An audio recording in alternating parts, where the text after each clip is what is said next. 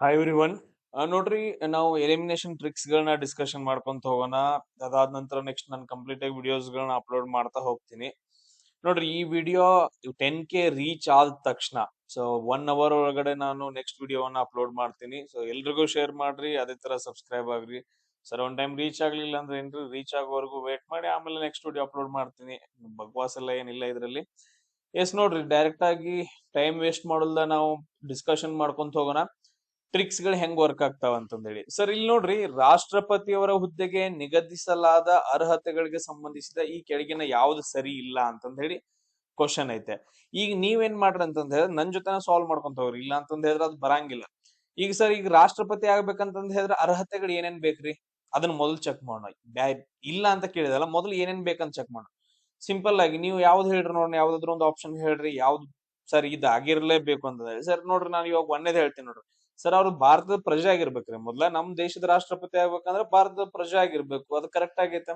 ಅದಾದ ನಂತರ ನೆಕ್ಸ್ಟ್ ನೋಡ್ರಿ, ಮತ್ ಯಾವ್ದು ಹೇಳ್ಬೋದು ಇಲ್ಲಿ ಈಸಿಯಾಗಿ ಸರ್ ನೋಡ್ರಿ, ಅವ್ರಿಗೆ 35 ವರ್ಷ ಆಗಿರ್ಬೇಕ್ರಿ. 35 ವರ್ಷ ಅದಕ್ಕಿಂತ ಮೇಲ್ಪಟ್ಟಾಗಿರ್ಬೇಕ್ರಿ. ಸರ್, ಇದು ಆಪ್ಷನ್ ನಾವು ತೆಗೆದಾಕ್ತಿವ್ರಿ. ಯಾಕಂತಂದ ಹೇಳಿದ್ರೆ ಇವೆರಡು ಆಗಿರ್ಲೇಬೇಕ್ರಿ.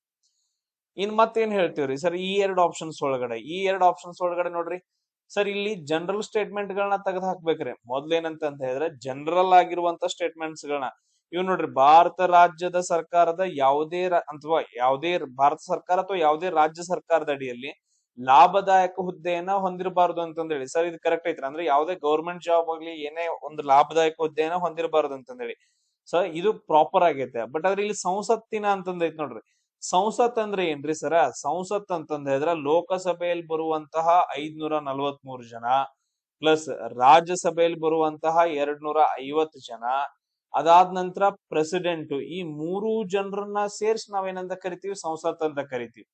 ಅದು ಬರಂಗಿಲ್ಲ, ಆಲ್ರೆಡಿ ಪ್ರೆಸಿಡೆಂಟ್ ಇನ್ಕ್ಲೂಡ್ ಆಗಿದಾನ. ಮತ್ತೇನ ಅಲ್ಲಿ ಹಾಲಿ ಸದಸ್ಯ ಕಂಪ್ಲೀಟ್ ಆಗಿ ರಾಂಗ್ ಕೊಟ್ಟಿದಾನ, ನಾವು ಇದನ್ನ ಚೂಸ್ ಮಾಡ್ಕೋಬೇಕಾಗತ್ತೆ.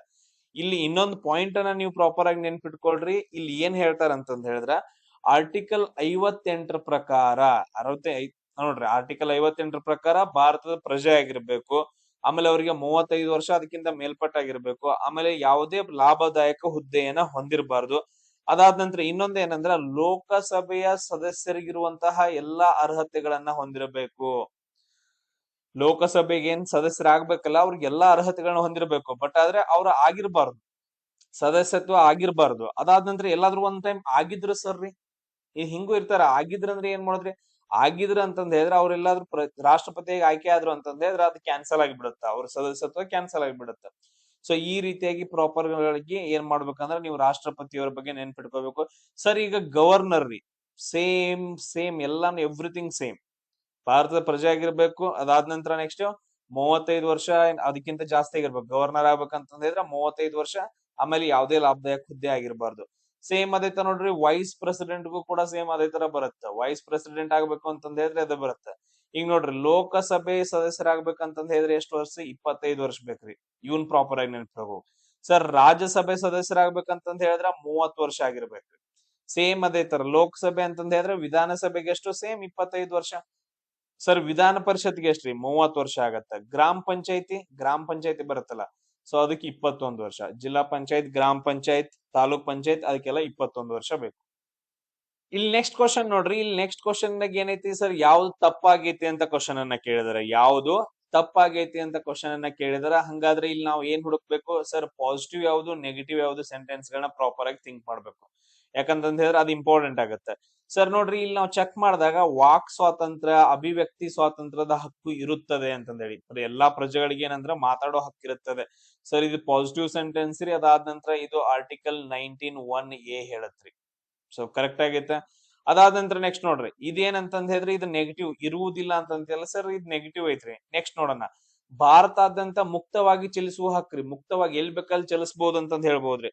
ಆರ್ಟಿಕಲ್ 19(1) ಒಳಗಡೆ ಡಿ ಅಂತಂದ ಹೇಳ್ತೀವಿ. ಆರ್ಟಿಕಲ್ 19(1) ಒಳಗಡೆ ಡಿ ಅಂತಂದ ಹೇಳ್ತೀವಿ.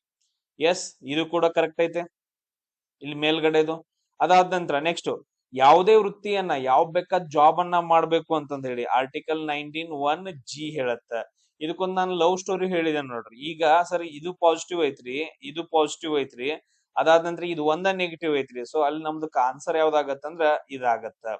ಈ ತರ ಕ್ವಶನ್ಸ್ ಗಳಿಗೆ ಯಾವ್ದು ತಪ್ಪಾಗೈತೆ ಅಂತ ಕೇಳಿದ್ರ ಪಾಸಿಟಿವ್ ಮತ್ತು ನೆಗೆಟಿವ್ ಸೆಂಟೆನ್ಸ್ ಗಳನ್ನ ಚೂಸ್ ಮಾಡ್ಕೋಬೇಕು, ಅವಾಗ ನಮ್ಗೆ ಪ್ರಾಪರ್ ಆಗಿ ಬರುತ್ತೆ. ಇಲ್ಲಿ ನೋಡ್ರಿ ಆರ್ಟಿಕಲ್ 19(1) ತುಂಬಾ ಇಂಪಾರ್ಟೆಂಟ್ ಆಗತ್ತ. ಅದ್ರಲ್ಲಿ ಏನ್ ಹೇಳ್ತೀವಿ ಅಂತಂದ್ರೆ ಅದ್ರ ವಾಕ್ ಸ್ವಾತಂತ್ರ್ಯ ಅಂತಂತ ಹೇಳ್ತೀವಿ, ನಾವು ಮಾತನಾಡುವ ಹಕ್ಕು. ಆರ್ಟಿಕಲ್ 19(1) ಕ್ಲಾಸ್ ಬಿ ಏನ್ ಹೇಳುತ್ತೆ ಅಂತಂದ ಹೇಳಿದ್ರ ಸಭೆಗಳನ್ನ ಸೇರೋದು, ಯಾವುದೇ ಏನಂತಂದ ಹೇಳಿದ್ರೆ ವೆಪನ್ಸ್ ಗಳೆಲ್ಲ ಸಭೆಗಳನ್ನ ಸೇರೋದು. ಸಿ ಏನ್ ಹೇಳ್ತೀವ್ರಿ ಸರ, ಸಂಘಗಳನ್ನ ಕಟ್ಬೇಕು ಅಂತಂದ ಹೇಳಿ. ಸಂಘಗಳನ್ನ ಯಾವ ಬೇಕಾದಾಗಿರ್ಬೋದು, ಈಗ ಮಹಿಳಾ ಸ್ವಸಹಾಯ ಸಂಘ ಅವು ಇವು ಬರ್ತಾವಲ್ಲ, ಆರ್ಗನೈಸೇಷನ್ ಏನ್ ಬೇಕಾದ್ ಕಟ್ರಿ ನಡೀತಿ. ಡಿ ಏನ್ ಹೇಳತ್ರಿ ಸರ್, ನಾವು ಎಲ್ಲಿ ಬೇಕಾದಲ್ಲಿ ಸಂಚರಿಸಬಹುದು ಅಂತಂದೇಳಿ, ಇಡೀ ಇಂಡಿಯಾ ತುಂಬಾ ಎಲ್ಲಿ ಬೇಕಾದಲ್ಲಿ ಸಂಚರಿಸುವುದು ಅಂತಂದೇಳಿ. ಈ ಏನ್ ಹೇಳತ್ರಿ, ಈ ಏನ್ ಹೇಳತ್ತ ನೋಡ್ರಿ, ಆರ್ಟಿಕಲ್ ಇ ಏನ್ ಹೇಳತ್ತಂದ್ರ ನಾವು ವಾಸಿಸಲು ಎಲ್ಲಿ ಬೇಕಾದಲ್ಲಿ ವಾಸಿಸಬಹುದ್ರಿ ಸರ್, ವಾಸಿಸಲು ಯಾವ ಬೇಕಾದ ಇದು ಏರಿಯಾಕ್ ಹೋಗಿ ನೀವು ವಾಸಿಸಬಹುದು ಇಂಡಿಯಾದಾಗ. ಅದಾದ ನಂತರ ಎಫ್ ಏನ್ ಹೇಳತ್ರಿ, ಅದಾದ ನಂತರ ಆಸ್ತಿ ಹಕ್ಕ್ರಿ, ಇದನ್ನ ತೆಗೆದು ಹಾಕಿದಾರ್ರಿ.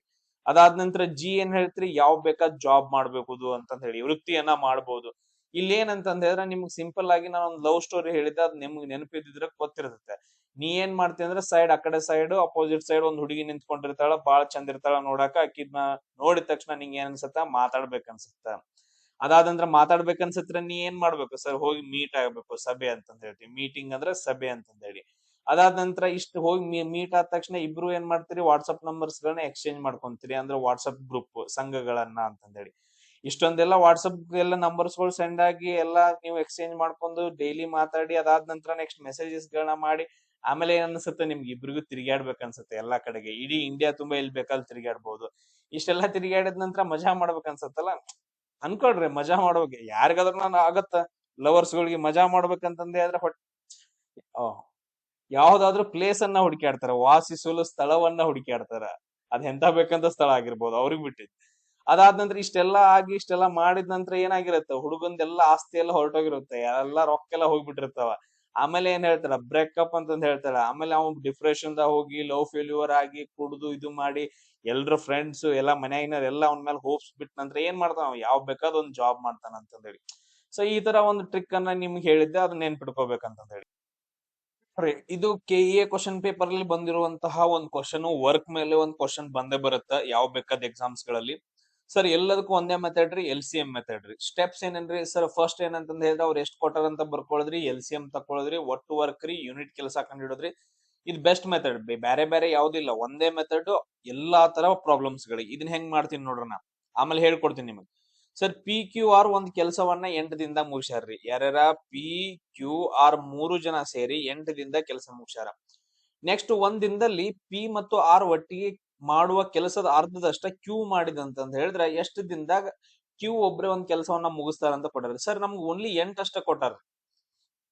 ಈಗ 8 ಕೊಟ್ಟಾರ ಅಂತಂದ ಹೇಳಿದ್ರೆ ಸರ್ ನಂಗೆ ಇನ್ನೊಂದ್ ದಿನ ಕೊಟ್ಟಿದ್ದಂದ್ರ ನಾ ಒಟ್ಟು ಕೆಲಸ ಕಂಡು ಹಿಡಿದೀನಿ. ಬಟ್ ಆದ್ರೆ ನನಗೆ ಇದು ಗೊತ್ತಿಲ್ರಿ ಸರ್, ಇನ್ನೊಂದ್ ಕೊಟ್ಟಿಲ್ರಿ. ಹೆಂಗ್ ಮಾಡೋಣ, 8 ಅಂತಂದ ಐತೆ.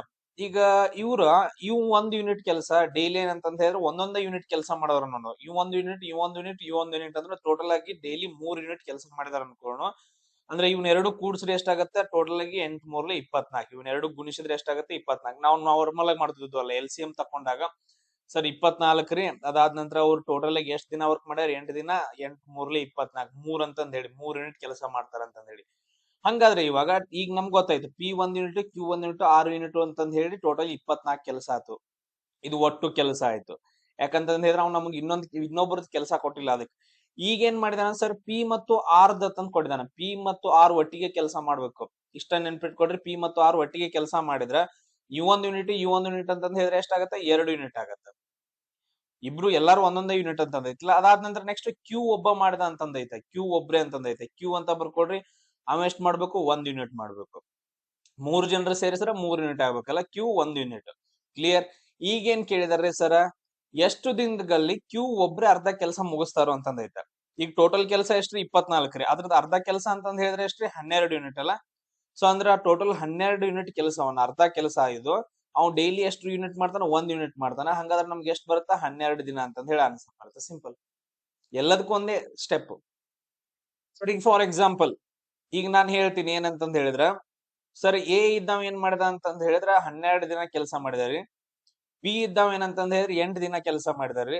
ಸರ್ ಎ ಮತ್ತು ಬಿ ಇಬ್ರು ಸೇರಿ ಎಷ್ಟ್ ದಿನದಾಗ ಕೆಲಸ ಮುಗಿಸ್ತಾರೆ ಅಂತ ಕ್ವಶನ್ ಕೇಳ್ತಾರ. ಈಗ ನಾವ್ ಏನ್ ಮಾಡ್ಬೇಕು, ಎ ಇದ್ದಾವ್ 12 ದಿನ ಅಂತ ಬರ್ಕೊಡ್ರಿ, ಬಿ ಇದ್ದಾವ್ 8 ದಿನ ಅಂತ ಬರ್ಕೊಡ್ರಿ.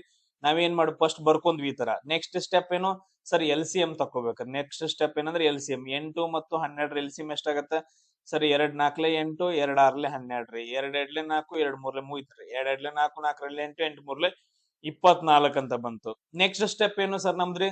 ನೆಕ್ಸ್ಟ್ ಸ್ಟೆಪ್ ಯೂನಿಟ್ ಕೆಲಸ ಕಂಡುಹಿಡಿಬೇಕು. ಯೂನಿಟ್ ಕೆಲಸ ಕಂಡಿರಿ, ಟೋಟಲ್ 24 ಕೆಲಸ, ಒಟ್ಟು ಕೆಲಸ ಇದು ನಮಗೆ ಇಲ್ಲಿ ಎಲ್ ಸಿ ಎಂ ತೆಗದಾಗ ಬಂದೈತೆ. ಅದನ್ನ ನಾವು ಡಿವೈಡ್ ಮಾಡ್ರಿ, ಎಷ್ಟು ದಿನ ತಗೊಂಡನ? 12 ದಿನ ತಗೊಂಡನ. ಅಂದ್ರೆ ದಿನಕ್ಕೆ ಎಷ್ಟ? 2 ಯೂನಿಟ್ ಕೆಲಸ ಮಾಡಿದ್ರೆ 12 ದಿನದಾಗ ಮುಗಿತೈತಿ. ಸೇಮ್ ಅದೇ ತರ 24 ಡಿವೈಡೆಡ್ ಬೈ 8 ಸರ್, 3 ದಿನದಾಗ ಅಂದ್ರೆ ದಿನಕ್ಕೆ 3 ಯೂನಿಟ್ ಕೆಲಸ ಮಾಡಿದ್ರೆ 8 ದಿನದಾಗ ಮುಗಿತೈತಿ ಅಂತ ಹೇಳಿ. ನಮ್ಗೇನ್ ಕೇಳಿದಾರೆ ಸರ್? ಎ ಅಂಡ್ ಬಿ ಕೇಳಿದಾನೆ. ಎ ಅಂಡ್ ಬಿ ಇಲ್ಲೇ ಬರ್ಕೊಡ್ರಿ. ಸೊ ಇಲ್ಲಿ ಕೂಡ್ಸ್ಕೊಳ್ರಿ. ಎ ಅಂಡ್ ಬಿ ಅಂತಂದ್ ಹೇಳಿದ್ರೆ, ಎ ದಿನಕ್ಕೆ 2 ಕೆಲಸ ಮಾಡ್ತಾನ, 3 ಯೂನಿಟ್ ಕೆಲಸ ಮಾಡ್ತಾನ. ಇಬ್ರು ಸೇರಿ ಒಂದ್ ದಿನಕ್ಕೆ ಎಷ್ಟು ಕೆಲಸ ಮಾಡ್ತಾರೆ? 2 + 3 ಅಂತಂದ್ ಹೇಳಿದ್ರೆ 5 ಯೂನಿಟ್ ಕೆಲಸ ಮಾಡ್ತಾನ. ಟೋಟಲ್ ಕೆಲಸ ಎಷ್ಟಿದ್ರಿ? 24 ರೀ. ದಿನಕ್ಕೆ ಎಷ್ಟು ಮಾಡ್ತಾರೆ? ಎ ಅಂಡ್ ಬಿ ಸೇರಿ 5 ಯೂನಿಟ್ ರೀ. ಅಂದ್ರೆ ನಮ್ಗೆ ಆನ್ಸರ್ ಎಷ್ಟು ಬರುತ್ತೆ? 24.5 ಡೇಸ್ ಅಂತಂದ್ ಹೇಳಿ ಬರುತ್ತೆ, ಅಥವಾ 4 ಪಾಯಿಂಟ್ ಸಮಥಿಂಗ್ ಬರುತ್ತೆ, 4.8 ಡೇಸ್ ಅಂತಂದ್ ಹೇಳಿ ಬರುತ್ತೆ. ಸೊ ಈ ತರ ಕೆಲಸ ಇದು ಮಾಡ್ಬೇಕು, ವರ್ಕ್ ಮಾಡ್ಬೇಕು. ಇವಾಗ ನಿಮ್ಗೊಂದ್ ಕೆಲಸ, ಎ ಇದ್ದವ ಏನಂತಂದ್ ಹೇಳಿದ್ರ 20 ದಿನ ಕೆಲಸ ಮಾಡ್ತಾನ. ಸೊ ಬಿ ಇದ್ದವ ಏನಂತಂದ್ ಹೇಳಿದ್ರೆ ಇವಾಗ 10 ದಿನ ಮಾಡ್ತಿದಾನ. ಇವನೇನ್ ಮಾಡ್ತಾ ಅಂತಂದ್ ಹೇಳಿದ್ರ, ಈಗ ಸಿಂಪಲ್ ಆಗಿ ಅಥವಾ ಹಿಂಗ್ ತಗೊಳ್ಳೋಣ, ಎ ಅಂಡ್ ಬಿ ಏನ್ ಮಾಡ್ತಾರ ಅಂತಂದ್ ಹೇಳಿದ್ರೆ 20 ದಿನ ಕೆಲಸ ಮಾಡ್ತಾರ. ಬಿ ಇದ್ದವ್ 10 ದಿನದಾಗ ಕೆಲಸ ಮಾಡ್ತಾನ ಒಂದ್ ಕೆಲಸವನ್ನ. ಎ ಇದ್ದವ್ ಆ ಕೆಲಸವನ್ನ ಎಷ್ಟ್ ದಿನದಾಗ ಮುಗಿಸ್ತಾನ ಅಂತಂದ್ ಹೇಳಿ ನನಗ ನೀವು ಸೇಮ್ ಇದೇ ತರ ಮಾಡ್ಬಿಟ್ಟು ಕಮೆಂಟ್ ಹಾಕ್ರಿ. ಇದ್ರ ಲಿಂಕ್ಸ್ ಗಳನ್ನ, ಈ ಕ್ಲಾಸಸ್ ಲಿಂಕ್ಸ್ ಗಳನ್ನ, ಸಿಂಪಲ್ ಆಗಿ ಮಾಡೋ ಕ್ಲಾಸಸ್ ಲಿಂಕ್ಸ್ ಗಳನ್ನ ನಾನ್ ನಿಮ್ಗೆ ಡಿಸ್ಕ್ರಿಪ್ಷನ್ ಬಾಕ್ಸ್ ಅಲ್ಲಿ ಕೊಟ್ಟಿರ್ತೀನಿ. ವರ್ಕ್ ಅಂತಂದ್ ಹೇಳ್ಬಿಟ್ಟು ಅವುಗಳನ್ನ ನೋಡ್ರಿ. ನೆಕ್ಸ್ಟ್ ನೋಡ್ರಿ, ಉಚ್ಚ ನ್ಯಾಯಾಲಯದ ನ್ಯಾಯಾಧೀಶರು ಅಂದ್ರೆ ಹೈಕೋರ್ಟ್ ನ್ಯಾಯಾಧೀಶರು ಅವ್ರ ಏನಂತಂದ್ ಹೇಳಿದ್ರೆ, ರಾಜೀನಾಮೆ ಕೊಡ್ಬೇಕಂದ್ರೆ ಯಾರಿಗ್ ಕೊಡ್ಬೇಕು ಅಂತಂದೇಳಿ, ಈಗ ಒಂದ್ ಇಂಪಾರ್ಟೆಂಟ್, ಇವ್ರನ್ನ ಯಾರು ಸೆಲೆಕ್ಷನ್ ಮಾಡ್ತಾರೋ? ನಾನ್ ನಿಮ್ಗೆ ಹೇಳಿದಾನೆ, ಏನ ಬಂದ್ರು ಕೂಡ ಎಲ್ಲಾ ನೇಮಕಗಳನ್ನ ಮಾಡೋದು ಯಾರು ಸರ್? ಇದ ಸೇಮ್ ನೆನ್ಪಿಟ್ಕೊಳ್ರಿ, ನೇಮಕಗಳನ್ನೆಲ್ಲ ಮಾಡೋದು ಯಾರು? ರಾಷ್ಟ್ರಪತಿ ಅವರೇ. ಈಗ ಅವರ ನೇಮಕ ಮಾಡಿದಾರ ಅಂತಂದ್ ಹೇಳಿದ್ರೆ ಯಾರಿಗ್ ಹೇಳ್ಬಿಡ್ಬೇಕು? ನಾವು ಅವ್ರಿಗೆ ಹೇಳ್ಬಿಡ್ಬೇಕಾಗತ್ತ ಆಲ್ಮೋಸ್ಟ್ ಅಂತಂದ ಹೇಳಿದ್ರೆ ಕಂಡೀಷನ್ದಾಗ. ಈಗ ನಾವು ನೋಡೋಣ, ಸಾರಿ, ಭಾರತದ ಮುಖ್ಯ ನ್ಯಾಯಾಧೀಶರಿಗೆ, ಆಮೇಲೆ ಸಂಬಂಧಪಟ್ಟ ಉಚ್ಚ ನ್ಯಾಯಾಲಯದ ಮುಖ್ಯ ನ್ಯಾಯಾಧೀಶರಿಗೆ ಈ ತರ ತಂದೈತಲ್ಲ. ಸೊ ಇಲ್ಲಿ ನೋಡ್ರಿ, ಮುಖ್ಯ ನ್ಯಾಯಾಧೀಶ ಅಂತಂದ್ ಹೇಳ್ಕೊಟ್ಟಿದಾನ, ಕನ್ಫ್ಯೂಸ್ ಮಾಡಕಂತ ಕೊಟ್ಟಿದಾನ. ಇವ್ರು ಬರೋದೇ ಇಲ್ಲಿ. ಸೊ ಇವ್ರಿಗೆ ಏನಂತಂದ್ ಹೇಳಿದ್ರೆ ಅದು ಅಧಿಕಾರನೇ ಇಲ್ಲ. ಯಾಕಂತಂದ್ ಹೇಳಿದ್ರೆ ಇದು ಹೈಕೋರ್ಟ್ ನ್ಯಾಯಾಧೀಶರ ಬಗ್ಗೆ ಐತೆ. ಅದಾದ ನಂತರ ಸಂಬಂಧಪಟ್ಟ ರಾಜ್ಯದ ರಾಜ್ಯಪಾಲರಿಗೆ ಅಂತಂದ್ ಹೇಳಿದ್ರೆ, ಈ ಆಯಾ ರಾಜ್ಯದಲ್ಲಿ ಬರುವಂತಹ, ಈಗ ನೋಡ್ರಿ, ಜಿಲ್ಲಾ ನ್ಯಾಯಾಲಯಗಳಿರ್ಬೋದು, ತಾಲೂಕ್ ನ್ಯಾಯಾಲಯಗಳಿರ್ಬೋದು, ಅವ್ರ ಏನ್ ಮಾಡ್ಬೇಕಂತಂದ್ ಹೇಳಿದ್ರೆ ರಾಜ್ಯಪಾಲರಿಗೆ ಅಂತಂದ್ ಹೇಳ್ತೀವಿ. ಸೊ ಇಲ್ಲಿ ಬರೋದೇನಂತಂದ್ ಹೇಳಿದ್ರೆ ರಾಷ್ಟ್ರಪತಿಯವರಿಗೆ. ಮೇನ್ ಏನಂತಂದ್ ಹೇಳಿದ್ರೆ ರಾಷ್ಟ್ರಪತಿಯವರಿಗೆ. ರಾಷ್ಟ್ರಪತಿ ಇತ್ತು ಅಂತಂದ್ ಹೇಳಿದ್ರೆ 90% ಸ್ಟಾಪ್ ಮಾಡ್ಬಿಟ್ಟು ಥಿಂಕ್ ಮಾಡಿ ಆನ್ಸರ್ ಹಾಕ್ಬೇಕಷ್ಟ. ರಾಷ್ಟ್ರಪತಿ ಅನ್ನೋದು ಒಂದು ಆನ್ಸರ್ ಇತ್ತಂದ್ರ ಎಸ್, ನಿಮ್ಗೊಂದು ಲಿಸ್ಟ್ ಕೊಡ್ತಾನೆ ನೋಡ್ರಿ. ಇಲ್ಲಿ ನೋಡ್ರಿ, ರಾಷ್ಟ್ರಪತಿ ಅವರು, ನಮ್ಮ ದೇಶಕ್ಕೊಬ್ರು ರಾಷ್ಟ್ರಪತಿ ಬೇಕು ಅಂತಂದ್ ಹೇಳಿ ಆರ್ಟಿಕಲ್ 52 ಹೇಳುತ್ತಲ್ಲ. ಸೊ ಈ ಪಾಯಿಂಟ್ ಅನ್ನ ನೆನ್ಪಿಟ್ಕೊಳ್ರಿ. ಇವ್ರು ಯಾರ್ಯಾರನ್ನ ಸೆಲೆಕ್ಷನ್ ಮಾಡ್ತಾರಂತಂದ್ ಹೇಳಿ ಅಷ್ಟೇ ಈಗ ನೆನ್ಪಿಟ್ಕೊಳ್ರಿ. ಸರ್ ಇವ್ರು ಯಾರ್ಯಾರನ್ನ ಸೆಲೆಕ್ಷನ್ ಮಾಡ್ತಾರ್ರಿ? ಸರ್ ಪ್ರೈಮ್ ಮಿನಿಸ್ಟರ್ ಮತ್ತು ಕ್ಯಾಬಿನೆಟ್ ನ ಇದು ಮಾಡ್ತಾರ್ರಿ. ಈಗ ನೋಡ್ರಿ, ಪ್ರೈಮ್ ಮಿನಿಸ್ಟರ್ ಸೆಲೆಕ್ಷನ್ ಮಾಡ್ತಾರ.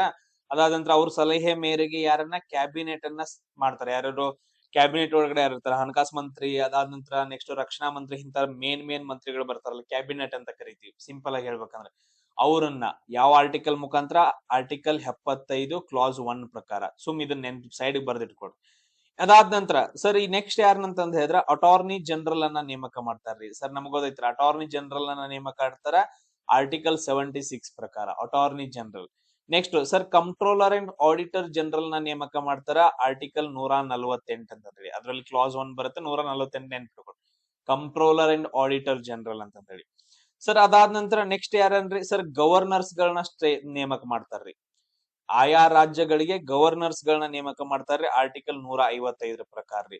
ಸರ್ ಲೆಫ್ಟಿನೆಂಟ್ ಗವರ್ನರ್ಸ್ ನೇಮಕ ಮಾಡ್ತಾರ್ರಿ. ಅಡ್ಮಿನಿಸ್ಟ್ರೇಟರ್ ಅಥವಾ ಲೆಫ್ಟಿನೆಂಟ್ ಗವರ್ನರ್ ಯಾರಿಗೆ? ಕೇಂದ್ರಾಡಳಿತ ಪ್ರದೇಶಗಳಿಗೆ. ಅವ್ರನ್ನು ಎಲ್ಲಾ ನೇಮಕ ಮಾಡ್ತಾರ ಆರ್ಟಿಕಲ್ 239 ಕ್ಲಾಸ್ 1 ಪ್ರಕಾರ.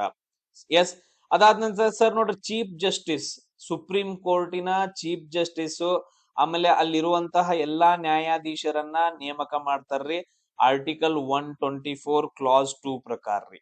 ಎಸ್, ಚೀಫ್ ಜಸ್ಟಿಸ್ ನ್ಯಾಯಾಧೀಶ ಸುಪ್ರೀಂ ಕೋರ್ಟ್. ಸರ್ ನೆಕ್ಸ್ಟ್ ನೋಡ್ರಿ, ಹೈಕೋರ್ಟ್ ಇರುವಂತಹ ಚೀಫ್ ಜಸ್ಟಿಸ್ ಮತ್ತು ನ್ಯಾಯಾಧೀಶರನ್ನ ನೇಮಕ ಮಾಡ್ತಾರ್ರಿ ಆರ್ಟಿಕಲ್ 217 ಕ್ಲಾಸ್ 1 ಪ್ರಕಾರ ರೀ. ಎಸ್, ಅದಾದ ನಂತರ ನೆಕ್ಸ್ಟ್ ನೋಡ್ರಿ ಸರ್, UPSC ಅಧ್ಯಕ್ಷರನ್ನ ಮತ್ತು ಸದಸ್ಯರನ್ನ ನೇಮಕ ಮಾಡ್ತಾರ್ರಿ ಆರ್ಟಿಕಲ್ 316 ಪ್ರಕಾರ ರೀ. ಆರ್ಟಿಕಲ್ 316 ಪ್ರಕಾರ. ಸರ್ ನೆಕ್ಸ್ಟ್ ನೋಡ್ರಿ ಸರ್, ಇಲೆಕ್ಷನ್ ಕಮಿಷನರ್ಸ್ ಗಳನ್ನ ಎಲ್ರನ್ನು ನೇಮಕ ಮಾಡ್ತಾರ್ರಿ ಆರ್ಟಿಕಲ್ 324 ಪ್ರಕಾರ. ಆರ್ಟಿಕಲ್ 324 ಪ್ರಕಾರ. ಎಸ್, ಇಷ್ಟೆಲ್ಲ ಆದ್ರ ಅದಾದ ನಂತರ ಸರ್ ಫೈನಾನ್ಸ್ ಕಮಿಷನ್ ಇನ್ನು ಬರ್ತಾರೆ. ಇಲ್ಲಿ ಇನ್ನೊಂದು ಡೈಗ್ರಾಮ್ ಹಾಕೋಣ ಸೇಮ್ ಅದೇ ತರ. ಇಲ್ಲಿ ರಾಷ್ಟ್ರಪತಿ. ಸರ್ ಇವಾಗ ಫೈನಾನ್ಸ್ ಕಮಿಷನ್ ಅಂತಂದ್ ಹೇಳ್ತೀವಿ. ಫೈನಾನ್ಸ್ ಕಮಿಷನ್ ಅಂತಂದ್ ಹೇಳಿದ್ರೆ ಆರ್ಟಿಕಲ್ 280 ಅಲ್ಲ. ಫೈನಾನ್ಸ್ ಕಮಿಷನ್ ಅಂತಂದ್ ಹೇಳಿದ್ರೆ ಆರ್ಟಿಕಲ್ 80. ಅದ್ರ ಕ್ಲಾಸ್ 1 ಪ್ರಕಾರ ಫೈನಾನ್ಸ್ ಕಮಿಷನ್ ಮೆಂಬರ್ಸ್ ಗಳನ್ನ, ಚೇರ್ಮನ್ ಮತ್ತು ಮೆಂಬರ್ಸ್ ಗಳನ್ನ ಸೆಲೆಕ್ಷನ್ ಮಾಡ್ತಾರ್ರಿ. ಅದಾದ ನಂತರ next sir national commission schedule tribe ಗ್ರಿ. National commission for schedule tribe, national commission for schedule caste ಅಂತಂದ್ ಹೇಳಿ ಬರುತ್ತಲ್ಲ. ಸೊ ಅವ್ರ ಮೆಂಬರ್ಸ್ ಗಳನ್ನ ಯಾರು ನೇಮಕ ಮಾಡ್ತಾರೆ. ಆಮೇಲೆ ನೆಕ್ಸ್ಟ್ ನ್ಯಾಷನಲ್ ಕಮಿಷನ್ ಫಾರ್ ಇನ್ನೊಂದು ಬ್ಯಾಕ್ವರ್ಡ್ ಕ್ಲಾಸಸ್ ಅಂತಂದ್ ಹೇಳಿ ಬರುತ್ತಲ್ಲ. ಇವು 3. ಸೊ ಫಸ್ಟ್ ಏನಂತಂದ್ ಹೇಳಿದ್ರೆ ಕಾಸ್ಟ್ ಅಂತ ನೆನ್ಪಿಟ್ಕೊಡ್ರಿ. ಆಮೇಲೆ ಶೆಡ್ಯೂಲ್ ಟ್ರೈಬ್ ಅಂತಂದ್ ಹೇಳಿ. ನ್ಯಾಷನಲ್ ಕಮಿಷನ್ ಫಾರ್ ಶೆಡ್ಯೂಲ್ ಏನಂತಂದ್ ಹೇಳಿದ್ರೆ ಕಮಿಷನ್ ಅಂತಂದ್ ಹೇಳಿದ್ರೆ 338 ಎಲ್ಲಾನು 338 ಬರ್ತವೆ. Article 338, article 338A, article 338B ಪ್ರಕಾರ. ಸೊ ಇವ್ರ ಚೇರ್ಮನ್ ಗಳನ್ನ ಮತ್ತು ಸದಸ್ಯರನ್ನ ನೇಮಕ ಮಾಡ್ತಾರ. Point clear. ಸೊ ಇಷ್ಟು ಜನರನ್ನೆಲ್ಲರೂ ಯಾರ ರಾಷ್ಟ್ರಪತಿ ಅವರು ಒಂದ್ ಕಡೆ ಸೈಡ್ ಬರ್ದಿಟ್ಕೊಡ್ರಿ. ನಿಮ್ಗ ಎಲಿಮಿನೇಷನ್ ಮೆಥಡ್ ಬಾಳ ಅಂದ್ರ ಬಾಳ ಯೂಸ್ ಆಗತ್ತೆ ನೋಡ್ರಿ. ಇನ್ನು 15ರಿಂದ 20 ದಿನ ಟೈಮ್ ಐತೆ. ಆರಾಮಾಗಿ ಡೈಲಿ ಎರಡೆರಡು ಕಾನ್ಸೆಪ್ಟ್ ಕಲ್ತು ಅಂದ್ರ 30 ಕಾನ್ಸೆಪ್ಟ್ ಕಲ್ತಂಗ. ಸೊ 30 ಕಾನ್ಸೆಪ್ಟ್ ಇಂದ ಎಲಿಮಿನೇಷನ್ ಮಾಡ್ಕೊಂಡು ನಾವು 50ರಿಂದ 60 ಕ್ವಶನ್ಸ್ ಗಳನ್ನ ಸಾಲ್ವ್ ಮಾಡಬಹುದು. ಇದು ನನ್ ವಿಡಿಯೋಸ್ ಗಳನ್ನ ನೋಡಿ. ಅದಾದ ನಂತರ ನೆಕ್ಸ್ಟ್ ನೀವು ಇನ್ನು ಸ್ಟಡಿ ಮಾಡ್ಕೊಂತ ಹೋಗ್ರಿ. Daily 8th 9th 10th books ಅನ್ನ ಮೊದಲು ಓದಿ ಕಂಪ್ಲೀಟ್ ಮಾಡ್ರಿ ಈ ವೀಕ್ ಒಳಗಡೆ. ಇದ್ರ ಜೊತೆಗೆ ಸೊ ಇಲ್ಲಿ ಕ್ವಶನ್ ನೋಡ್ರಿ, ಬುಡಕಟ್ಟು ದಂಗೆಗಳಿಗೆ ಬೇಗಾರ್ ಪದ್ಧತಿ ಒಂದು ಪ್ರಮುಖ ಕಾರಣ ಆಗಿತ್ತು ಅಂತಂದೇಳಿ. ಬೇಗಾರ್ ಅಂತಂದೇಳಿ ಸರ್ ಇವಾಗ ಬೇಗಾರು ಬೆಗ್ಗರು ಅಂತಂದೇಳಿ ಹಿಂಗ್ ಸೇಮ್ ಬರ್ತ್ರಿ ಮೀನಿಂಗ್ ರೀ ಅಂತಂದೇಳಿ. ಸೊ ಇಲ್ಲಿ ಪಾಸಿಟಿವ್ ಅಂಡ್ ನೆಗೆಟಿವ್ ಎಲ್ಲ ನೋಡ್ಕೊಳ್ಳೋಣ. ಭಿಕ್ಷೆ ಬೇಡೋದು, ಈಗ ಬುಡಕಟ್ಟು ಜನಾಂಗದವ್ರು ಏನಾದ್ರು ಭಿಕ್ಷೆ ಬೇಡ್ತಿದ್ರೆ ಇಲ್ಲಿ ಏನಂತ ಹೇಳಿದ್ರೆ ಇದು ಬ್ರಿಟಿಷರ್ ಕಾಲದಲ್ಲಿ ಬುಡಕಟ್ಟು ಜನಾಂಗದವ್ರು ಸ್ವಾಭಿಮಾನವಾಗಿ ಅವ್ರೇನಂದ್ರೆ ಕಾಡಲ್ಲಿ ಆರಾಮಾಗಿ ಜೀವನ ಸಾಗಿಸ್ತಿದ್ರು. ಭಿಕ್ಷೆ ಬೇಡ್ತಿದ್ರೆ ಬರಂಗಿಲ್ಲ. Negative statement, complete negative statement ರೀ. ಬೇಗಾರ್ ಅಂದ ತಕ್ಷಣ ಬೆಗ್ಗರ್ ಅಂತಂದ್ ಹೇಳ್ಬಿಟ್ಟು ಇಂದ ಹಾಕಕ್ ಹೋಗ್ಬೇಡ್ರಿ. ಯಾಕಂದ್ರೆ ಕನ್ಫ್ಯೂಸ್ ಮಾಡಕ ಕೊಟ್ಟಿರ್ತಾನ, ಮೊದ್ಲಂದ್ ತೆಗ್ದಾಕ್ಬಿಡೋದು. ಸರ್ ಇನ್ನು ನೆಕ್ಸ್ಟ್ ಯಾವ್ದನ್ನ ನಾವು ತೆಗೆದು ಹಾಕ್ಬೋದ್ರಿ ಸರ್? ಬ್ರಿಟಿಷರ್ ಕಾಲದಲ್ರಿ ಸರ್ ಹೆಚ್ಚಿನ ಭೂ ಕಂದಾಯ ವಿಧಿಸ್ತಿದ್ರಿ, ಟ್ಯಾಕ್ಸ್ ಹಾಕ್ತಿದ್ರಿ ಸರ್. ಇದು ಒಂದ್ ರೀಸನ್ ಆಗಿರ್ಬೋದ್ರಿ ಅವ್ರ ದಂಗೆ ಹೇಳಾಕ್ರಿ. ಕರೆಕ್ಟಾ? ಇನ್ನ ಇವೆರಡು ನೋಡ್ರಿ, ಕೂಲಿ ರಹಿತ ದುಡಿಮೆ ಆಮೇಲೆ ಬಡತನ ಅಂತ ಹೇಳಿ. ಸರ್ ಬಡತನ ಅಂತಂದ್ ಹೇಳ್ಬಿಟ್ಟು ಈಗ ನೋಡ್ರಿ ಈಗ ನನ್ನೊಂದ್ ಬುಡಕಟ್ಟು ಜನಾಂಗ ಐತ್ರಿ ನಮ್ದ್ರೆ. ಈಗ ನಮಗ್ ಬಡತನ ಐತೆ ಅಂತಂದ್ ಹೇಳಿ ನಾವು ಬ್ರಿಟಿಷರ್ ವಿರುದ್ಧ ದಂಗೆ ಹೇಳ್ತೇವನ್ರಿ? ಇಲ್ಲ ಅಲ್ಲ. ಸೊ ಇದು ನೆಗೆಟಿವ್ ಇದು. ಸೊ ಇದು ಕೂಡ ಏನಂದ್ರೆ ನೆಗೆಟಿವ್ ಇದು ಬರಂಗಿಲ್ರಿ. ಈ ಎರಡರಲ್ಲಿ ಏನಂತಂದ್ ಹೇಳಿದ್ರೆ ಒಂದ್ ಕಾರಣ ಇರತ್ರಿ. ಸೊ ಭೂ ಕಂದಾಯ ವಿಧಿಸುವಿಕೆ ಅಂತಂದ್ ಹೇಳಿದ್ರೆ ಅದಕ್ಕೊಂದು ಟ್ಯಾಕ್ಸ್ ಸಿಸ್ಟಮೋ ಏನೋ ಅಂತಂದ್ ಹೇಳಿ ಕರೀತಾರ. ಸೊ ಇಲ್ಲಿ ಈ ಎರಡರಲ್ಲಿ ಯಾವ್ದಾದ್ರು ಒಂದ್ ಆನ್ಸರ್ ಆಗುತ್ತೆ. ನಾವು ಆಲ್ರೆಡಿ ಎರಡನ್ನ ರಿಮೂವ್ ಮಾಡಿದ್ವಿ. ಭೂ ಕಂದಾಯ ಟ್ಯಾಕ್ಸ್ ಅಂತಂದ್ ಹೇಳಿದ್ರೆ ಅದಕ್ಕೆ ಬೇರೆ ಬೇರೆ ಹೆಸರು ಬರ್ತಾವ. ಇಲ್ಲ ಡೈರೆಕ್ಟ್ ಆಗಿ ಟ್ಯಾಕ್ಸ್ ಅಂತಂದ್ ಹೇಳ್ತಾರ, ಲ್ಯಾಂಡ್ ಟ್ಯಾಕ್ಸ್ ಅಥವಾ ಈ ತರ. ಸೊ ಇಲ್ಲಿ ಇದು ಬರಂಗಿಲ್ಲ. ಅಂದ್ರೆ ಈಗ ನಮ್ದು ನೆಕ್ಸ್ಟ್ ಏನಂತಂದ್ ಹೇಳಿದ್ರೆ ಕೂಲಿ ರಹಿತ ದುಡಿಮೆ ಅನ್ನತ್ತಲ್ಲ, ಇದನ್ನ ನಾವು ಬೇಗಾರ್ ಸಿಸ್ಟಮ್ ಅಂತಂದ್ ಹೇಳಿ ಕರಿತೀವಿ. ಸೊ ಈ ರೀತಿ ಸಿಂಪಲ್ ಆಗಿ ಥಿಂಕ್ ಮಾಡ್ಬೇಕಷ್ಟ. ಸರಿ ಈಗ ನೋಡ್ರಿ, ಕೆಲವೊಂದು ದಂಗೆಗಳ ಬಗ್ಗೆ ನಾವು ಡಿಸ್ಕಷನ್ ಮಾಡೋಣ. ನಮಗ್ ಗೊತ್ತಿಲ್ರಿ, ಅದ್ರೊಳಗಿನ ಒಂದ್ 2-3 ಆದ್ರೂ ನೆನ್ಪಿಟ್ಕೊಂಡ್ರೆ ನಾವು ಆರಾಮಾಗಿ ಎಲಿಮಿನೇಷನ್ ಮೆಥಡ್ ಯೂಸ್ ಆಗತ್ತೆ. ಫಸ್ಟ್ ಒನ್ ಯಾವ್ದಂತಂದ್ ಹೇಳಿದ್ರೆ ಪಹರಿಯಾ ದಂಗೆ ಅಂತಂದೇಳಿ 1778 ಬ್ರಿಟಿಷರ ವಿರುದ್ಧ ನಡೆಯುತ್ತೆ. ನಾನು ಇಲ್ಲೆಲ್ಲಾ ಹೇಳ್ತಾ ಇರೋದು ಬ್ರಿಟಿಷರ ವಿರುದ್ಧ ನಡೆದ ಟ್ರೈಬಲ್ ದಂಗೆಗಳು, ಅಂದ್ರೆ ಬುಡಕಟ್ಟು ಜನಾಂಗದ ದಂಗೆಗಳು ಅಂತಂದೇಳಿ. ಸರ್ ಇದ್ರ ನಾಯಕತ್ವವನ್ನ ಯಾರು ವಹಿಸ್ತಾರ ಅಂತಂದ ಹೇಳಿದ್ರ ರಾಜ ಜಗನ್ನಾಥ್ ಅಂತ ಹೇಳಿ. ಇದರ ನಾಯಕತ್ವವನ್ನ ಯಾರು ವಹಿಸ್ತಾರ? ರಾಜ ಜಗನ್ನಾಥ್. ಯಾಕಂತಂದ ಹೇಳಿದ್ರೆ ಸರ್ ರಾಜ್ ಮಹಲ್ ಬೆಟ್ಟಗಳು ಅಂತಂದ ಹೇಳಿ ಬರ್ತಾವ. ಸೊ ಈ ತರ ನೀವು ತಗೊಂಡ್ರಿ ಅಂತಂದ ಹೇಳಿದ್ರೆ ಈ ಪ್ರದೇಶದಲ್ಲಿ ರಾಜ್ ಮಹಲ್ ಬೆಟ್ಟಗಳಲ್ಲಿ ಅವ್ರ ಏನ್ ಮಾಡ್ತಾರೆ ಅಂದ್ರೆ ಬ್ರಿಟಿಷರು ಒಳ ನುಗ್ತಾ ಇರ್ತಾರ. ಅಂದ್ರೆ ಅವ್ರ ಸಾಮ್ರಾಜ್ಯವನ್ನ ವಿಸ್ತರಣೆ ಮಾಡ್ತಿರ್ತಾರ. ಅವಾಗ ಪಹರಿಯಾ ಅನ್ನೋ ಒಂದು ಟ್ರೈಬಲ್ ದಂಗೆ ಹೇಳುತ್ತ. ಅದಾದ ನಂತರ ನೆಕ್ಸ್ಟ್ ಬರುತ್ತೆ ಯಾವ್ದಂತಂದ್ ಹೇಳಿದ್ರ ಕಾಸಿ ದಂಗೆ ಅಂತಂದ್ ಹೇಳಿ ಬರುತ್ತೆ. ನೆಕ್ಸ್ಟ್ ಯಾವ್ದು ಇಂಪಾರ್ಟೆಂಟ್? ಕಾಸಿ ದಂಗೆ ಅಂತಂದ್ ಹೇಳಿ ಬರುತ್ತ 1829ರಿಂದ 33ರವರೆಗೂ. 1829ರಿಂದ 33ರವರೆಗೂ ಈ ಕಾಸಿ ದಂಗೆಯ ನಾಯಕರು ಯಾರು ಅಂತಂದ್ ಹೇಳಿದ್ರೆ ತಿರುತ್ ಸಿಂಗ್ ಅಂತಂದ್ ಹೇಳಿ. ಯಾರು? ತಿರುತ್ ಸಿಂಗ್ ಅಂತಂದ್ ಹೇಳಿ. ಮೇನ್ ಏನು ಇಂಪಾರ್ಟೆಂಟ್ ಇದು ಸರ್, ಕಾಸಿ ಬೆಟ್ಟಗಳ ಮೇಲೆ ಬ್ರಿಟಿಷರು ಆಕ್ರಮಣ ಮಾಡೋದ್ರಿಂದ. ಆಮೇಲೆ ನೆಕ್ಸ್ಟ್ ಮಿಲಿಟರಿ ರಸ್ತೆ ನಿರ್ಮಾಣಕ್ಕಾಗಿ ಬಲವಂತವಾಗಿ ಕಾರ್ಮಿಕರನ್ನ ಎಳ್ಕೊಂಡು ಹೋಗ್ತಾ ಇದ್ರು. 2 ರೀಸನ್. ಒಂದು ವಿಸ್ತರಣೆ, ಆಮೇಲೆ ಇನ್ನೊಂದು ಕಾರ್ಮಿಕರನ್ನ ಬಲವಂತವಾಗಿ ಕರ್ಕೊಂಡು ಹೋಗ್ತಾ ಇದ್ರು. ಈ ಎರಡು ರೀಸನ್ ಇಂದ ದಂಗೆ ಹೇಳ್ತಾರ ಕಾಸಿ ಜನಾಂಗದವರು. ಇದಾದ ನಂತರ next important, very very very very important ಬರುತ್ತಾ ಕೋಲ್ ದಂಗೆ ಅಂತಂದೇಳಿ. ನಿಮ್ಗೆ ಇದು ಕ್ವಶನ್ ಅನ್ನ ನಮಗ್ ಕೇಳಿದಾರ ಬಾಳ ಸರಿ. ಕೋಲ್ ದಂಗೆ ಅಂತಂದೇಳಿ 1831ರಿಂದ 32 ಟೈಮ್ ಅಲ್ಲಿ ನಡೆಯುತ್ತೆ. 1831ರಿಂದ 32 ಟೈಮ್ ಅಲ್ಲಿ. ಸೊ ಇದ್ರ ನಾಯಕರು ಯಾರಂತಂದ್ ಹೇಳಿದ್ರೆ ಬುದ್ಧ ಭಗತ್ ಅಂತಂದೇಳಿ. ಸೊ ಬುದ್ಧ ಭಗತ್ ಅಂತಂದ್ ಹೇಳ್ಬಿಟ್ಟು ಸೊ ಅದ್ರದ್ದು ನಾಯಕರಾಗ್ತಾರ. ರೀಸನ್ ಏನಂತಂದ್ ಹೇಳಿದ್ರೆ ಬುಡಕಟ್ಟು ಭೂಮಿಯನ್ನ ವರ್ಗಾಯಿಸ್ತಿರ್ತಾರ, ಆಮೇಲೆ ತೆರಿಗೆಯನ್ನ ಹಾಕ್ತಿರ್ತಾರ. ಸೊ ನೋಡ್ರಿ, ಸೊ ಟ್ಯಾಕ್ಸ್ ಅನ್ನ ಹಾಕೋದು, ಅದಾದ ನಂತರ ನೆಕ್ಸ್ಟ್ ಭೂಮಿಯನ್ನ ಏನಂತಂದ ಹೇಳಿದ್ರೆ ಬೇರೆಯವರಿಗೆ ವರ್ಗಾವಣೆ ಮಾಡೋದು, ಅದ್ರದ್ದು ಮಾಲೀಕತ್ವವನ್ನ. ಸೊ ಆ ರೀಸನ್ ಇಂದ ಕೋಲ್ ದಂಗೆ ಉಂಟಾಗತ್ತ. ಅದಾದ ನಂತರ ನೆಕ್ಸ್ಟ್ ಏನಂತಂದ ಹೇಳಿದ್ರೆ ಸಂತಾಲ್ ದಂಗೆ ಅಂತಂದ ಹೇಳಿ ಬರುತ್ತೆ. ಇದಾದ ನಂತರ ನೆಕ್ಸ್ಟ್ ಇಂಪಾರ್ಟೆಂಟ್ ಬರೋದು ಯಾವ್ದಂತಂದ ಹೇಳಿದ್ರೆ ಸಂತಾಲ್ ಅನ್ನೋ ಒಂದು ದಂಗೆ ಬರುತ್ತ 1855ರಿಂದ. ಈ ಕ್ವಶನ್ ಅನ್ನು ಕೇಳಿದಾರೆ, ಕೋಲ್ ದಂಗೆ ಸಂತಾಲ್ ದಂಗೆ, ಇವನ್ನೆರಡು ನೆನ್ಪಿಟ್ಕೋಬೇಕು. ಸಂತಾಲ್ ದಂಗೆ ಅಂತಂದ್ ಹೇಳ್ತೀವಿ. ಇದ್ರದ್ದು ನಾಯಕರು ಯಾರಂತಂದ್ ಹೇಳಿದ್ರ ಸಿಧು ಅಂಡ್ ಕನ್ಹಾ ಅಂತಂದ್ ಹೇಳಿ. ಸಿಧು ಅಂಡ್ ಕನ್ಹು ಮುರ್ಮು ಅಂತಂದ್ ಕರಿತೀವಿ, ಮುರ್ಮು. ಸೊ ಇವ್ರಿಬ್ರು ಏನಂತಂದ್ ಹೇಳಿದ್ರೆ ಸಂತಾಲ್ ದಂಗೆಯ ನಾಯಕರಾಗಿರ್ತಾರ. ಇದು ಸಂತಾಲ್ ಬುಡಕಟ್ಟು ಜನಾಂಗ. ಸೇಮ್ ಇದು ಕಂದಾಯ ವ್ಯವಸ್ಥೆ ಅಡಿಯಲ್ಲಿ ಜಮೀನ್ದಾರರು ಏನ್ ಮಾಡ್ತಿರ್ತಾರ ಅಂತಂದ್ ಹೇಳಿದ್ರ ದಬ್ಬಾಳಿಕೆ ಮಾಡ್ತಾ ಇರ್ತಾರ. ಟ್ಯಾಕ್ಸ್ ಗೋಸ್ಕರ ಜಮೀನ್ದಾರರು ಬ್ರಿಟಿಷರ ಮಾತುಗಳನ್ನ ಕೇಳಿ ಜಮೀನ್ದಾರರು ಏನ್ ಮಾಡ್ತಿರ್ತಾರ, ತುಂಬಾ ದಬ್ಬಾಳಿಕೆ ಮಾಡ್ತಾ ಇರ್ತಾರ. ಅದ್ರ ವಿರುದ್ಧವಾಗಿ ಸಂತಾಲರ ದಂಗೆ ಆಗತ್ತ. ಅದಾದ ನಂತರ ನೆಕ್ಸ್ಟ್ ಬರುತ್ತೆ ಸರ್ ಬಿಲ್ ಜನಾಂಗದ್ದು, ಬಿಲ್ ದಂಗೆ ಅಂತಂದ್ ಹೇಳ್ತೀವಿ. ನೋಡ್ರಿ, ಬಿಲ್ ಜನಾಂಗದ ದಂಗೆ ಇದನ್ನ 1913ರಲ್ಲಿ ಸ್ಟಾರ್ಟ್ ಆಗತ್ತ. ಇದ್ರದ್ದು ನಾಯಕರು ಯಾರಂತಂದ್ ಹೇಳಿದ್ರ ಗೋವಿಂದ ಗುರು ಅಂತಂದ್ ಹೇಳ್ತೀವಿ, ಗೋವಿಂದ ಗುರು. ಇದಕ್ ರೀಸನ್ ಏನು ಸರ್, ಯಾದಕ್ಕಂತಂದ್ ಹೇಳಿದ್ರೆ ಸ್ವತಂತ್ರ ಬಿಲ್ ಆಳ್ವಿಕೆಯನ್ನ, ಬಿಲ್ ಅನ್ನೋ ಒಂದು ಸಾಮ್ರಾಜ್ಯವನ್ನ ಸ್ಥಾಪನೆ ಮಾಡ್ಬೇಕು ಅಂತಂದ್ ಹೇಳಿ ಇವ್ರು ಮಾಡ್ತಾರ. ಆಮೇಲೆ ನೆಕ್ಸ್ಟ್ ನೋಡ್ರಿ ಕುಕಿ ದಂಗೆ ಅಂತಂದ್ ಹೇಳಿ ಬರತ್ತ. ಕ್ವಶನ್ ಅನ್ನ ಕೇಳಿದಾರ ಕುಕಿ ದಂಗೆ ಅಂತಂದ್ ಹೇಳಿ. ಇಲ್ಲಿ ಎಲ್ಲಿ ಯಾವುದು ಮೇನ್ ಇಂಪಾರ್ಟೆಂಟ್ ಸಂತಾಲ್ ಆದ ನಂತರ ನೆಕ್ಸ್ಟ್ ನೆನ್ಪಿಟ್ಕೊಡ್ರಿ ಕುಕಿ ದಂಗೆ ಅಂತಂದ್ ಹೇಳಿ 1917ರಿಂದ 1919ರವರೆಗೂ ನಡೆಯುತ್ತ. ಸೊ ಇದು ಅಂತಂದ್ ಹೇಳಿದ್ರೆ ಕುಕಿ ಮುಖ್ಯಸ್ಥರ ಅಂತಂದ್ ಹೇಳಿ ಮೊದಲ ಮಹಾಯುದ್ಧದ ಕಾರ್ಯಪಡೆಗೆ ಬುಡಕಟ್ಟು ಕಾರ್ಮಿಕರನ್ನ, ಅಂದ್ರ 1ನೇ ವರ್ಲ್ಡ್ ವಾರ್ ನಡೆಯುತ್ತಲ್ಲ ಅಲ್ಲಿ ಬುಡಕಟ್ಟು ಕಾರ್ಮಿಕರನ್ನ ಏನ್ ಮಾಡ್ತಾರ ಅಂದ್ರ ನೇಮಕ ಮಾಡ್ಕೋತಿರ್ತಾರ. ಅದಕ್ಕೋಸ್ಕರ ದಂಗೆ ಹೇಳ್ತಾರ, ಕುಕಿ ದಂಗೆ ಅಂತಂದ್ ಹೇಳ್ತೀವಿ. ಎಸ್, ಸೊ ಇವೇನಂತಂದ್ ಹೇಳಿದ್ರೆ ಸಮ್ ಇಂಪಾರ್ಟೆಂಟ್. ಸೊ ನೆಕ್ಸ್ಟ್ ಇನ್ನೊಂದು ಕ್ವಶನ್ ಕೇಳ್ತಾರೆ, ಏನಂತಂದ್ ಹೇಳಿದ್ರ ಮಲಬಾರ್ ದಂಗೆ ಅಂತಂದ್ ಹೇಳಿ ಹೇಳ್ತೀವಿ, ಅಥವಾ ಇನ್ನೊಂದು ಮಾಪಿಳ್ಳೆ ದಂಗೆ ಅಂತಂದ್ ಹೇಳ್ತೀವಿ. ಮಾಪಿಳ್ಳೆ ದಂಗೆ ಅಥವಾ ಮಾಪ್ಲಾ ದಂಗೆ ಅಂತಂದ್ ಹೇಳಿ ಇವೆಲ್ಲಾ ಹೆಸರು ಏನಂತಂದ್ ಹೇಳಿದ್ರೆ ಒಂದಕ್ಕ ಬರುತ್ತ. ಇದು 1921ರಲ್ಲಿ ನಡೆಯುತ್ತ. ಎಲ್ಲಿ ನಡೆಯುತ್ತ ಅಂದ್ರೆ ಕೇರಳದೊಳಗಡೆ ನಡೆಯುತ್ತ. ಯಾಕಂತಂದ್ ಹೇಳಿದ್ರ ಬಹಳ ಇಂಪಾರ್ಟೆಂಟ್, ಕೇರಳದೊಳಗಡೆ. ಇದು ಬ್ರಿಟಿಷರ್ ಏನ್ ಮಾಡ್ತಿರ್ತಾರ ಅಂತಂದ್ ಹೇಳಿದ್ರೆ ಭೂ ಕಾನೂನುಗಳನ್ನ ಹಾಕ್ಬಿಟ್ಟು ತುಂಬಾ ಏನಂತಂದ್ ಹೇಳಿದ್ರೆ ಟಾರ್ಚರ್ ಮಾಡ್ತಿರ್ತಾರೆ. ಹಿಂದೂ ಭೂ ಮಾಲೀಕರಿಗೆ ಹೆಚ್ಚು ಅನುಕೂಲವಾಗಿರ್ತಾವ, ಮುಸ್ಲಿಂ ಮಾಪಿಳ್ಳೆ ರೈತರು ಏನ್ ಬರ್ತಾರಲ್ಲ ಅವರಿಗೆ ಸಮಸ್ಯೆಗಳನ್ನ ಮಾಡ್ತಿರ್ತಾರ. ಇದು ತುಂಬಾ ಇಂಪಾರ್ಟೆಂಟ್.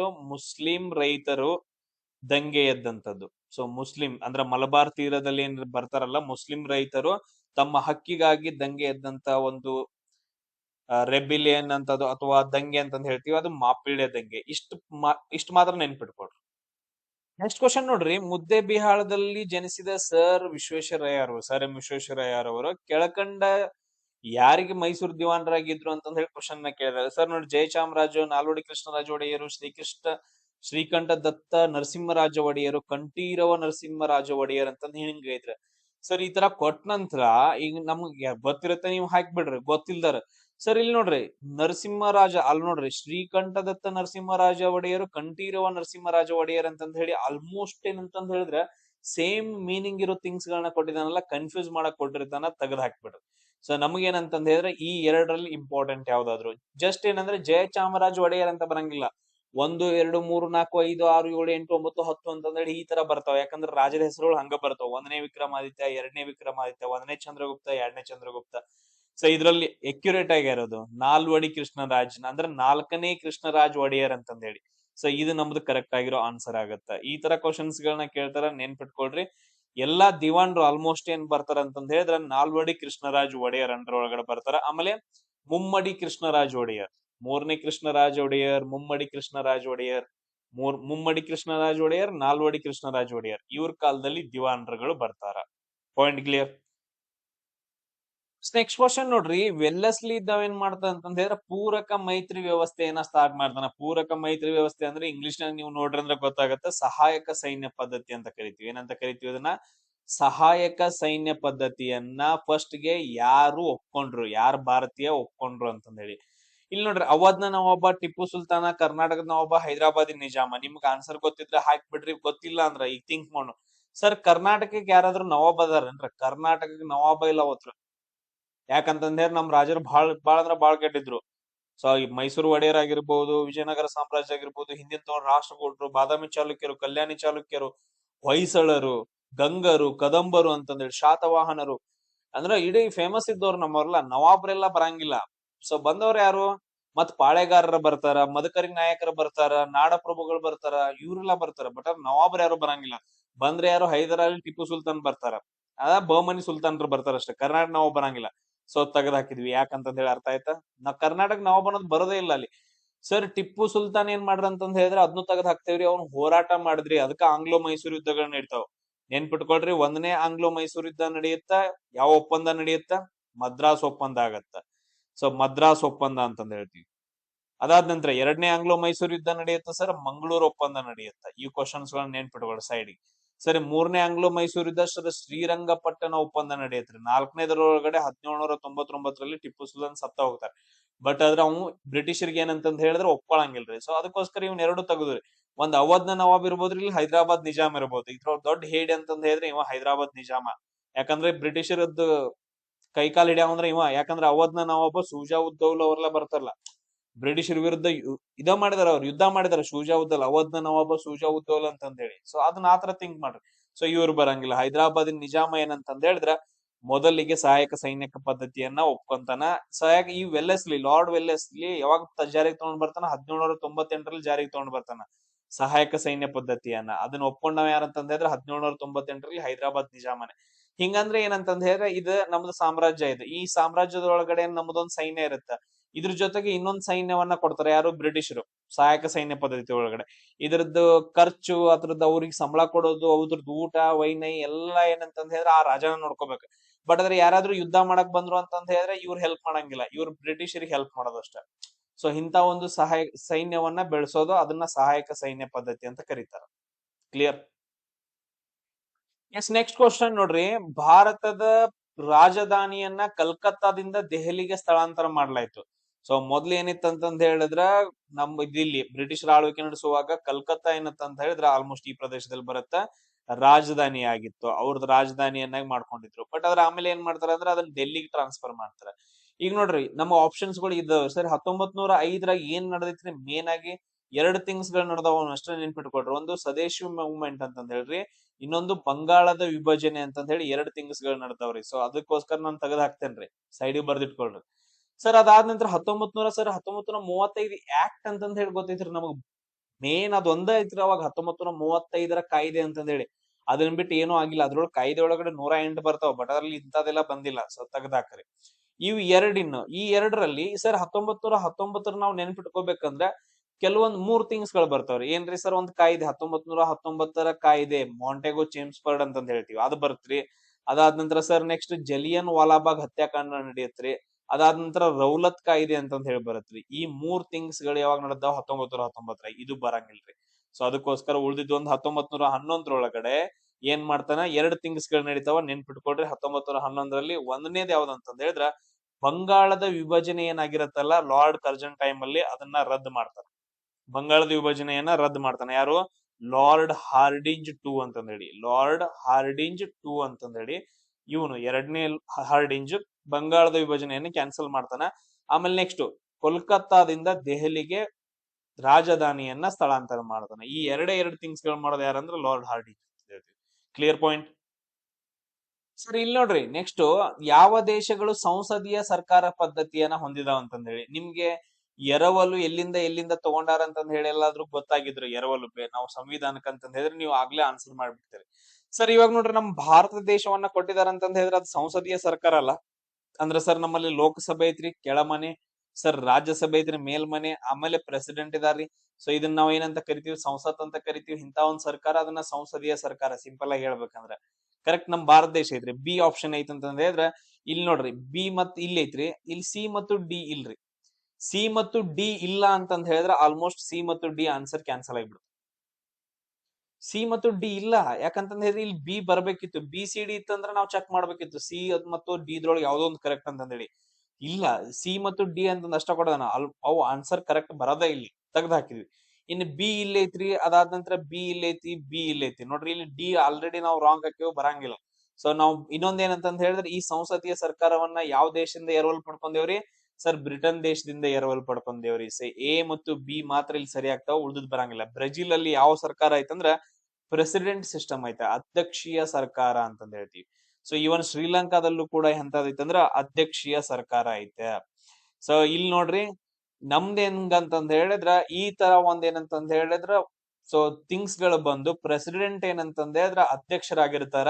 ಆಮೇಲೆ ಕಾರ್ಯಾಂಗದ ಮುಖ್ಯಸ್ಥರು ಯಾರಾಗಿರ್ತಾರ ಅಂತಂದ್ ಹೇಳಿದ್ರ ಪ್ರಧಾನ ಮಂತ್ರಿ ಆಗಿರ್ತಾರ. ಅವ್ರಿಗೆ ಹೆಲ್ಪ್ ಮಾಡಕ್ ಒಂದು ಕ್ಯಾಬಿನೆಟ್ ಇರುತ್ತ.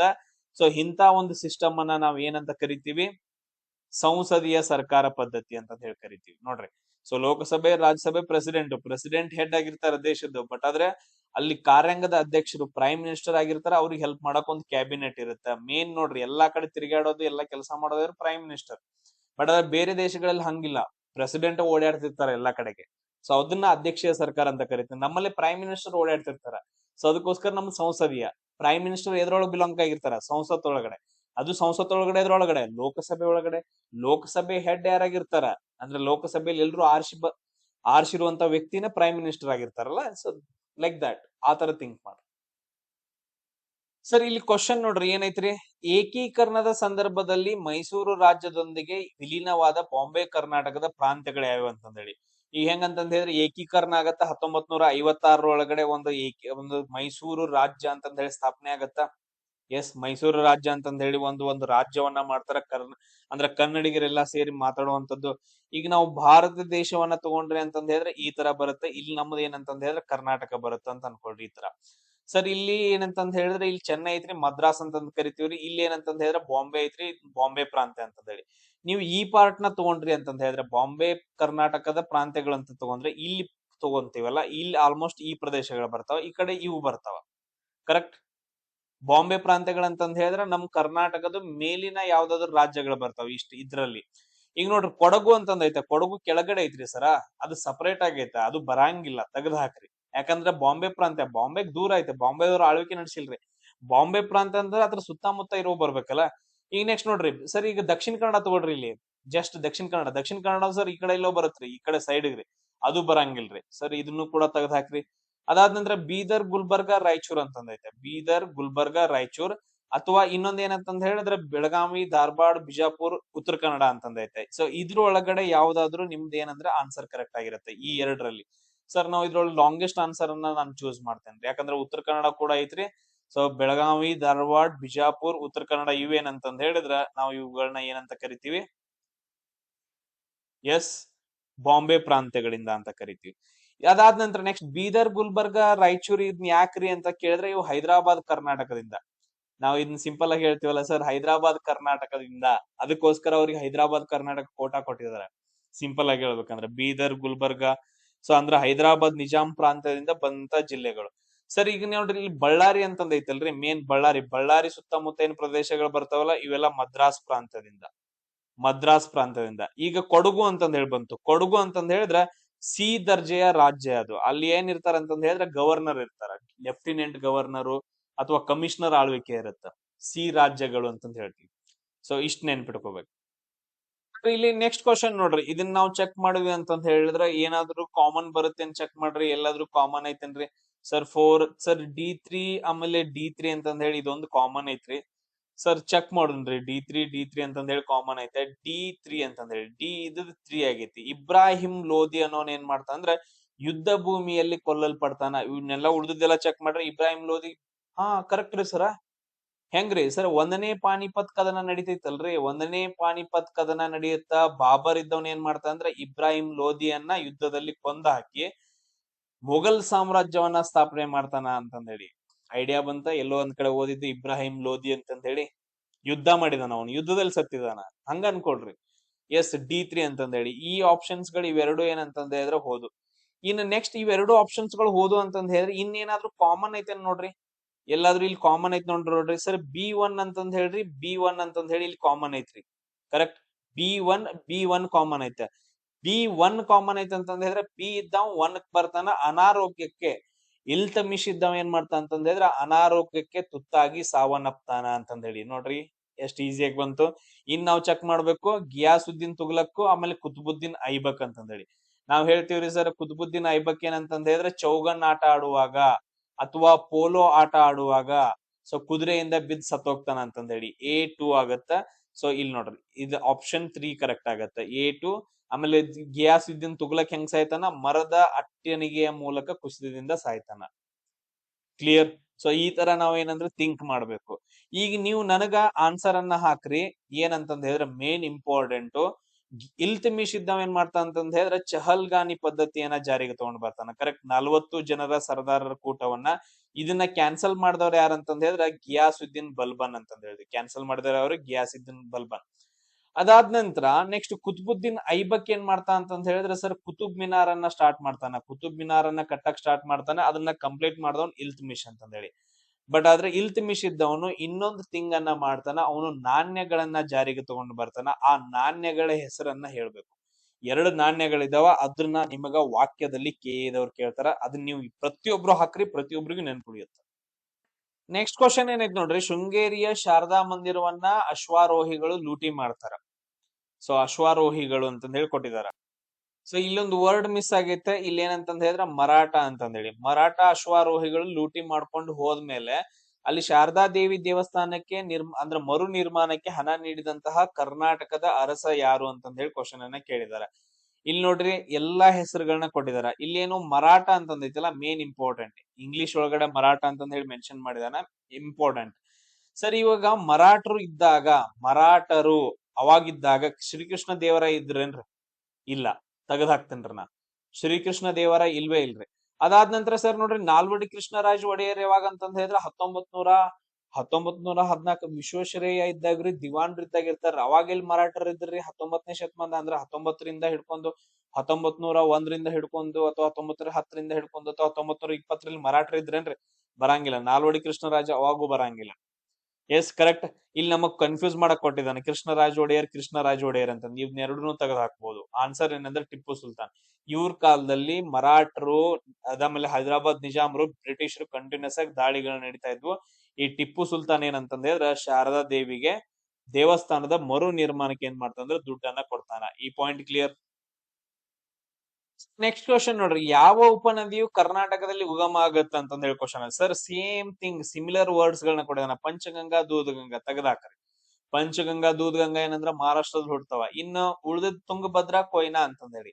ನಮ್ಗ್ ಗೊತ್ತಾಗತ್ತೆ ತುಂಗಭದ್ರಾ ಸರ್ ನಮ್ ಕರ್ನಾಟಕದಲ್ಲಿ ಹುಟ್ಟುತ್ತ ಅಂತಂದ್ ಹೇಳಿ. ಕೊಯ್ನಾ ಏನಂತಂದ್ ಹೇಳಿದ್ರೆ ಮಹಾರಾಷ್ಟ್ರದಲ್ಲಿ ಕೃಷ್ಣಾ ನದಿಯ ಒಂದು ತುಂಬಾ ಇಂಪಾರ್ಟೆಂಟ್ ಉಪನದಿ ಕೊಯ್ನಾ. ಅದಕ್ಕ ಕೊಯ್ನಾ ಡ್ಯಾಮ್ ಕಟ್ತೀವಿ.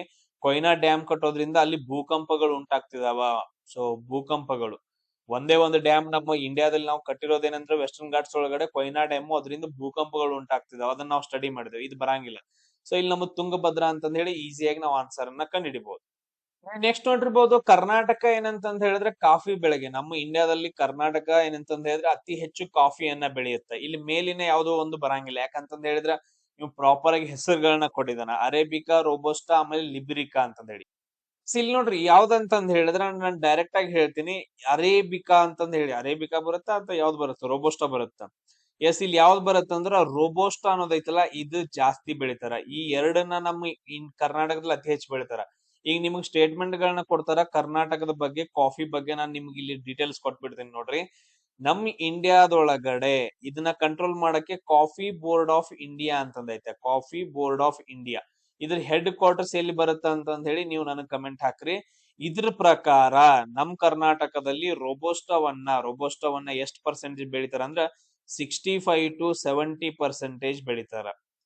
ಅದಾದ ನಂತರ ಇನ್ 30%, ಆಲ್ಮೋಸ್ಟ್ 30 to 35% ಏನೈತಲ್ಲ ಇದನ್ನ ಯಾವ್ದು ಬೆಳಿತಾರ ಅಂದ್ರ ಅರೇಬಿಕಾವನ್ನ ಬೆಳಿತಾರ. ಇದನ್ನ ನೆನ್ಪಿಟ್ಕೊಳ್ರಿ ಒಂದು. ಅದಾದ ನಂತರ ನೆಕ್ಸ್ಟ್ ಟೋಟಲ್ ಇಂಡಿಯಾದಲ್ಲಿ 100% ಕಾಫಿಯನ್ನ ಬೆಳಿತಾ ಇದಾರೆ ಅಂತಂದ ಹೇಳಿದ್ರ ಅದ್ರಲ್ಲಿ 70% ಕಾಫಿಯನ್ನ ನಾವು ಕರ್ನಾಟಕದವ್ರು ಅಷ್ಟೇ ಬೆಳಿತಾ ಇದೀವಿ. ಇದು ಪಾಯಿಂಟ್ ಅನ್ನ ಬರ್ದಿಟ್ಕೊಳ್ರಿ. ಅದಾದ ನಂತರ ನೆಕ್ಸ್ಟ್ ನಮ್ ಕರ್ನಾಟಕದಲ್ಲಿ ಅತಿ ಹೆಚ್ಚು ಮ್ಯಾಕ್ಸಿಮಮ್ ಕಾಫಿ ಪ್ರೊಡಕ್ಷನ್ ಮಾಡೋ ರಾಜ್ಯ ಜಿಲ್ಲೆಗಳು ಯಾವ್ಯಾವ ಅಂತಂದ್ ಹೇಳಿದ್ರ ಮೊದಲು ನಾವು ಕೊಡಗು ಅಂತಂದ್ ಹೇಳ್ತೀವಿ. ಅದಾದ ನಂತರ ನೆಕ್ಸ್ಟ್ ಯಾವ್ದು ಚಿಕ್ಕಮಂಗ್ಳೂರ್ ಅಂತಂದ್ ಹೇಳ್ತೀವಿ. ಸೊ ಚಿಕ್ಕಮಂಗ್ಳೂರ್ ಇದ್ರಲ್ಲಿ ನನಗೆ ಒಂದ್ ಸ್ವಲ್ಪ ಕನ್ಫ್ಯೂಸ್ ಐತೆ, ಮೇ ಬಿ ಚಿಕ್ಕಮಂಗ್ಳೂರ್ ಫಸ್ಟ್ ಇರ್ಬೋದು, ಆಮೇಲೆ ನೆಕ್ಸ್ಟ್ ಇದು ಇರ್ಬೋದು. ಒಂದ್ಸರಿ ಕನ್ಫರ್ಮ್ ಮಾಡ್ಕೊಳ್ರಿ. ಎಸ್ ಕರೆಕ್ಟ್ ಐತೆ. ಇವಾಗಿಂದ ರೀಸೆಂಟ್ ಆಗಿ ನೋಡಿದ್ರೆ ಕೊಡಗು ಫಸ್ಟ್ ಐತೆ, ಚಿಕ್ಕಮಂಗ್ಳೂರ್ ಸೆಕೆಂಡ್ ಐತೆ, ಅದಾದ ನಂತರ ಹಾಸನ ಏನಂದ್ರೆ ಥರ್ಡ್ ಪ್ಲೇಸ್ ಅಲ್ಲಿ ಐತೆ. ಸೊ ಇವುಗಳನ್ನ ನೀವು ಪ್ರಾಪರ್ ಆಗಿ ನೆನ್ಪಿಟ್ಕೋಬೇಕು. ಎಸ್ ಇಷ್ಟೇನಂತಂದ್ ಹೇಳಿದ್ರೆ ಕಾಫಿ ಬಗ್ಗೆ ನಿಮ್ಗೆಲ್ರಿಗೂ ಇಷ್ಟ ಆಗೈತೆ ಅನ್ಕೊಂತೀನಿ. ಶೇರ್ ಮಾಡ್ರಿ.